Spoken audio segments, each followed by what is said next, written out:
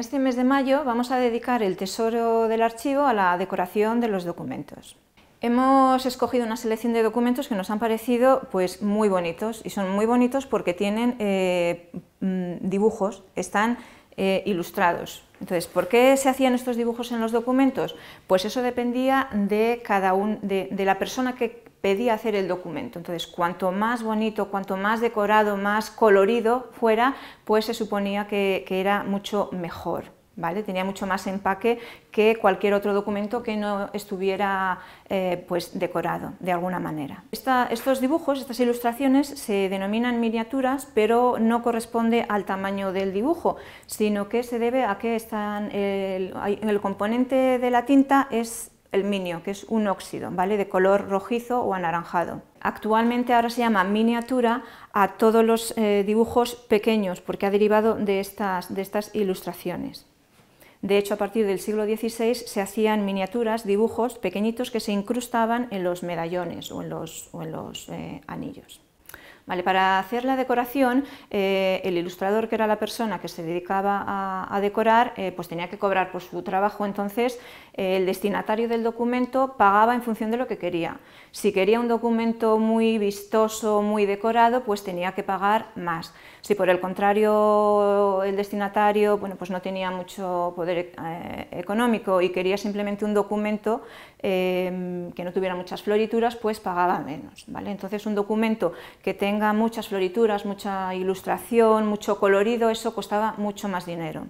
Además, a veces la mayoría de los documentos más caros era porque se le pasaba una lámina de oro, con lo cual realzaba mucho más el documento. Tenemos aquí esta bula papal. En la elaboración de este documento se ha escrito, ¿vale?, lo que se quisiera escribir en el documento, y luego se ha dejado un espacio en los márgenes, ¿vale?, para decorar el documento.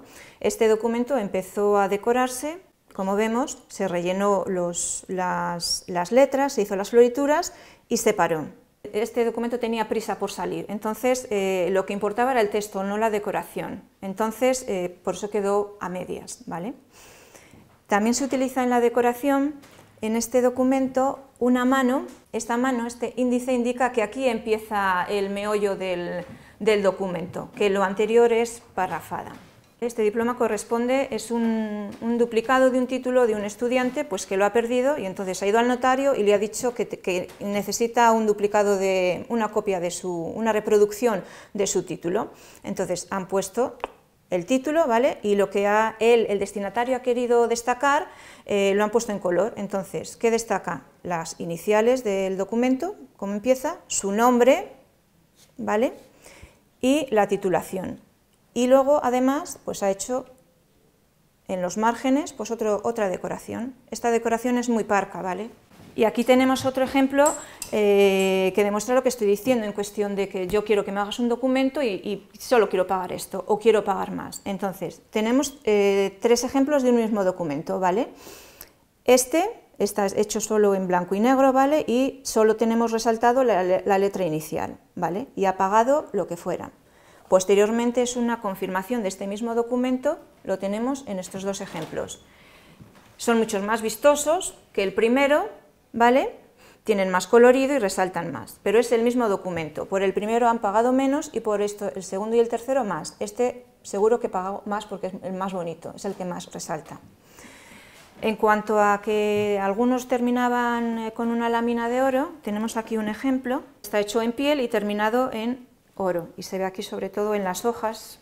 No solo se decoraban los documentos en las iniciales o en los márgenes, sino que también se utilizaban los dibujos pues para separar el texto, por ejemplo, que venía en dos columnas, en la mitad de la columna se ponía un dibujo.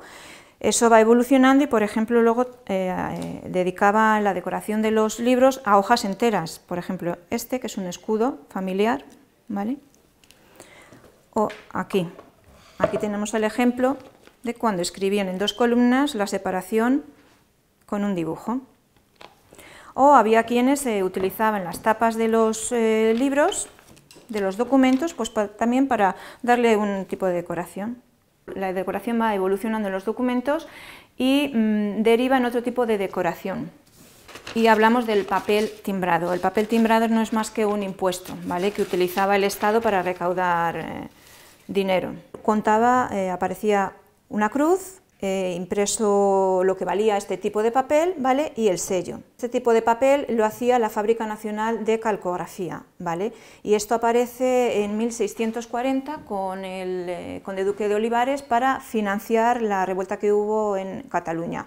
Este tipo de impuestos llega hasta nosotros hasta cuando se aprueba la Constitución de 1978 con la reforma fiscal que hubo entonces. Fuentes Quintana anula este tipo de impuestos.